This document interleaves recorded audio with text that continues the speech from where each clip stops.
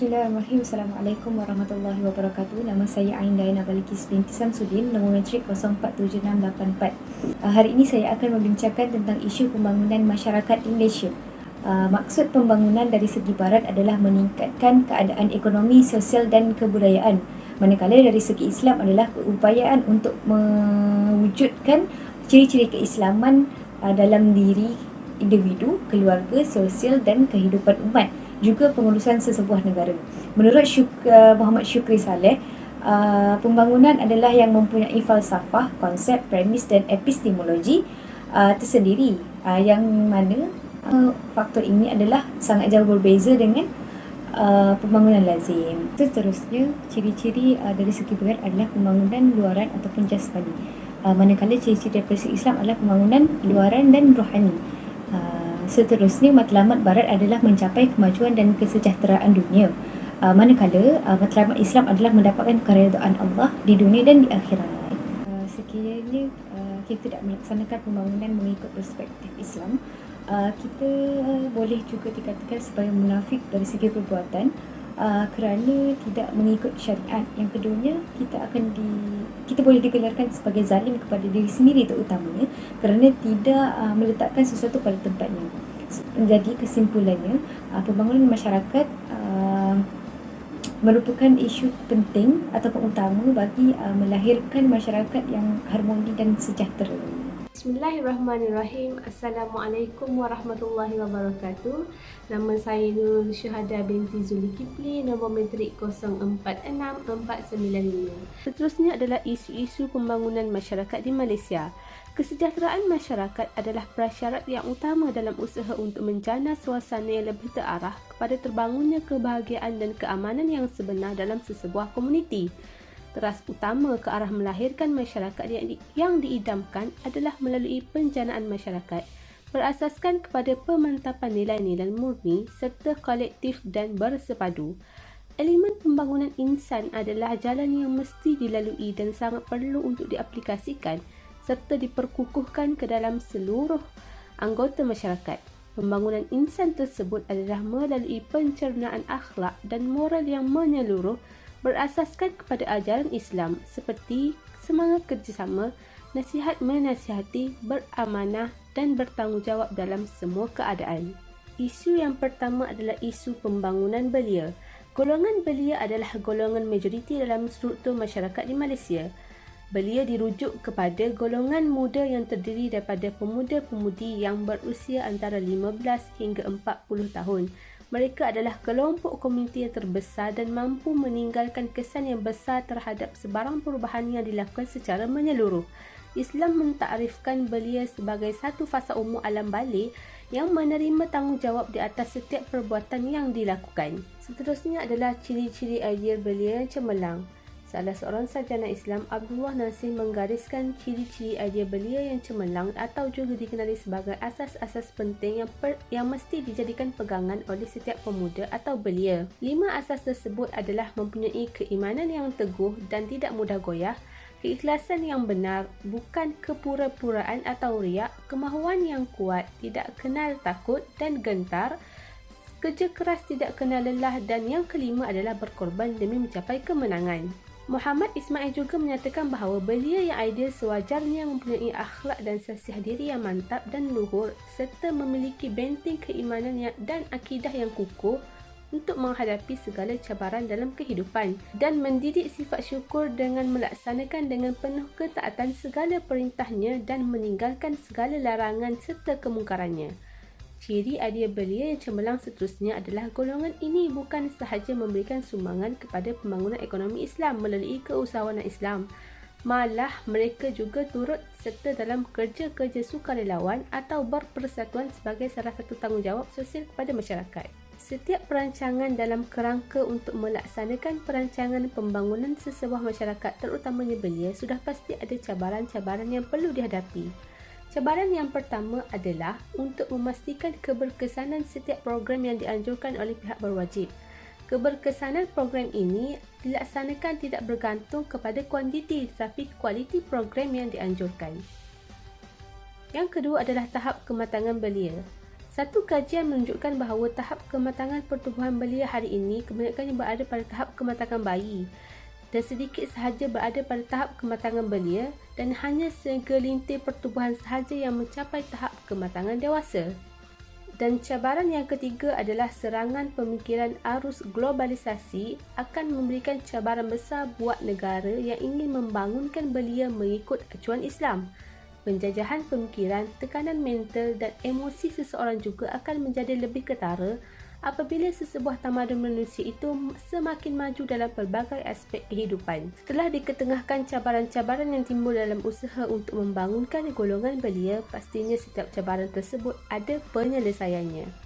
Kaedah yang pertama adalah pelaksanaan program belia yang lebih bersepadu.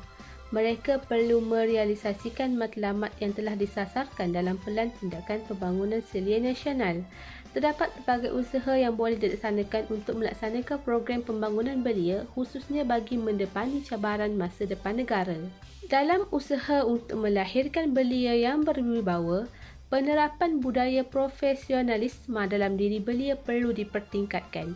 Hal ini adalah untuk mengelakkan mereka daripada terus mementingkan kepribadian diri berbanding membantu masyarakat yang memerlukan. Dan yang terakhir adalah belia yang kreatif dan inovatif akan sentiasa membawa idea baru dalam membentuk perkhidmatan, industri pertanian dan perniagaan bagi kegunaan masyarakat dalam negara maupun bertujuan untuk bersaing dengan masyarakat dunia. Ringkasnya, para belia di Malaysia mempunyai banyak ruang dan peluang untuk memperoleh ilmu pengetahuan dan latihan kemahiran dari pelbagai institusi dan agensi yang ada. Kesemua isu, cabaran dan masalah yang dikemukakan di atas menunjukkan bahawa proses pembinaan negara bangsa dalam kalangan belia merupakan satu tugas yang sangat mencabar. Inisiatif dan usaha melalui pelbagai program pendidikan dan latihan yang disediakan untuk memperkasa generasi belia ini akan berterusan dilaksanakan bagi mempersiapkan mereka untuk menjadi warga negara yang baik dan setia. Seterusnya, isu pembangunan masyarakat lestari. Masyarakat lestari adalah sebuah masyarakat yang sentiasa berubah menjadi lebih mesra terhadap alam sekitar, ekonomi berdaya saing, mempunyai keadilan dan demokratik. Masyarakat lestari juga dimaksudkan sebagai masyarakat yang menggunakan sumber yang terdapat dalam persekitaran mereka untuk memenuhi keperluan semasa tanpa melupakan keperluan untuk generasi akan datang. 4 objektif masyarakat lestari. 1. Penambahbaikan sosial yang memenuhi keperluan semasa. Kedua, perlindungan alam sekitar yang berkesan. Ketiga, penggunaan sumber asli secara berhemah. Keempat, mengurus ekonomi dengan baik dan tidak mengabaikan kesan jangka masa panjang dalam membuat keputusan. Bagi melahirkan masyarakat lestari, 3 ciri diperlukan, iaitu kelestarian alam sekitar, kelestarian ekonomi dan kelestarian sosial. Isu pembangunan masyarakat lestari perlu diselesaikan menerusi 3 aspek, iaitu syariat, akhlak dan akidah. Isu pembangunan masyarakat lestari menghamparkan juga beberapa aspek syariat dan akhlak, iaitu agama, nyawa, akal, keturunan dan harta. Pembangunan masyarakat lestari memerlukan agama kerana dalam agama terdapat semua perihal dari sekecil-kecil hingga sebesar-besar perkara. Pembangunan masyarakat lestari memerlukan nyawa kerana penjagaan alam sekitar membawa kepada kesihatan dan mengelakkan pencemaran serta sesuatu yang mengancam nyawa. Pembangunan masyarakat lestari memerlukan akal kerana dengan akal manusia dapat berfikir dengan rasional dan mengurus serta mentadbir juga membuat keputusan dengan baik. Pembangunan masyarakat lestari memerlukan keturunan bagi melahirkan masyarakat yang dapat menguruskan alam sekitar dengan baik hasil dari didikan yang diterima.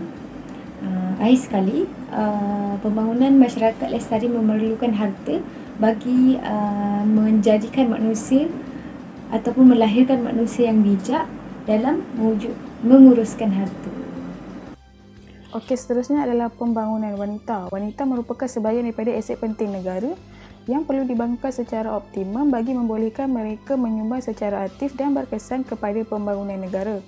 Jika kita lihat, wanita Malaysia kebanyakannya telah mencapai kejayaan dalam pelbagai bidang. Namun wanita juga perlu dipertingkatkan keupayaan mereka dalam sektor ekonomi, sosial dan terutamanya politik bagi memastikan wanita menikmati kehidupan yang sejahtera. Penglibatan wanita dalam politik sama ada secara langsung ataupun tidak langsung bukanlah suatu fenomena yang baru.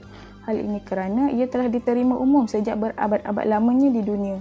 Dalam sejarah Islam sendiri dapat kita lihat bahawa Ratu Balqis telah memerintah kerajaan Sabak sudah cukup membuktikan bahawa wanita berupaya dalam bidang politik. Menurut pendapat ulama, terutamanya ulama salaf, telah bersepakat bahawa wanita itu dilarang untuk menjadi pemimpin.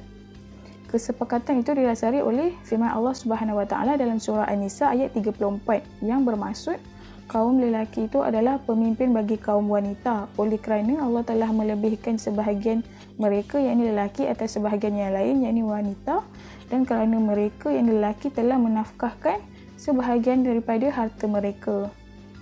Al-Qardawi memperbolehkan wanita dalam berpolitik. Beliau menjelaskan bahawa penafsiran terhadap surah An-Nisa ayat 34 itu adalah dalam lingkup keluarga atau rumah tangga. Al-Qardawi juga menambah bahawa wanita boleh berpolitik kerana lelaki dan wanita dalam hal muamalah memiliki kedudukan yang sama. Hal ini kerana keduanya sebagai manusia mukallaf yang diberi tanggungjawab penuh untuk beribadah, menegakkan agama dan melakukan amar ma'ruf nahi munkar. Lelaki dan wanita memiliki hak yang sama sehingga tidak ada dalil yang kuat atas larangan wanita berpolitik. Antara cabaran jika wanita melibatkan diri dalam politik adalah kemampuan wanita dikatakan lebih rendah berbanding lelaki sama ada dari segi fizikal, mental atau intelektual dan sebagainya. Pemimpin wanita juga terpaksa berhadapan dengan isu persepsi masyarakat terhadap kemampuannya sebagai pemimpin. Walaupun masyarakat kini dilihat boleh menerima wanita sebagai pemimpin, tetapi wanita perlu bekerja keras lagi dan menunjukkan hasil yang 2 kali ganda lebih baik daripada pemimpin lelaki supaya mereka terus mendapat sokongan daripada masyarakat. Jadi, penyelesaiannya, wanita perlulah mempunyai ilmu pengetahuan serta keupayaan dan kebolehan untuk memimpin dan mentadbir di samping mempunyai nilai akhlak yang tinggi seperti amanah, adil serta menjaga batas-batas aurat dan pergaulan bagi melindungi kaum wanita daripada fitnah. Selain daripada itu, wanita juga perlu memenuhi etika seperti mendapat keizinan wali ataupun suami, tidak mengabaikan tanggungjawab asasi sebagai seorang isteri dan ibu, serta tidak menimbulkan kemudaratan sama ada kepada diri ataupun kumpulan yang dipimpin. Okey, kesimpulannya, konsep pembangunan masyarakat daripada sarjana barat mengutamakan pembangunan fizikal sahaja tanpa mempedulikan aspek kerohanian. Mereka hanya berpegang terhadap perspektif itu dan tidak menerima pendapat lain. Walhal, apa yang mereka pegang itu ternyata konsepnya bersifat longgar, abstrak dan mengikut perkembangan semasa serta bergantung kepada permasalahan dalam kehidupan yang dialami oleh sesebuah masyarakat dan negara pada satu zaman. Konsep sebegini jauh berbeza dengan konsep yang dipegang oleh sarjana Islam. Hal ini kerana konsep pembangunan masyarakat dalam Islam mengutamakan pembangunan manusia yang menjadi penggerak kepada berlakunya pembangunan.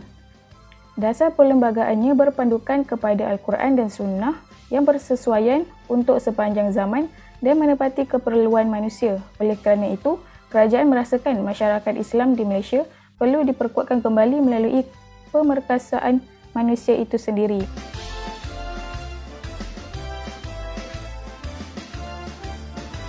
Itu sahaja daripada kumpulan kami. Terima kasih.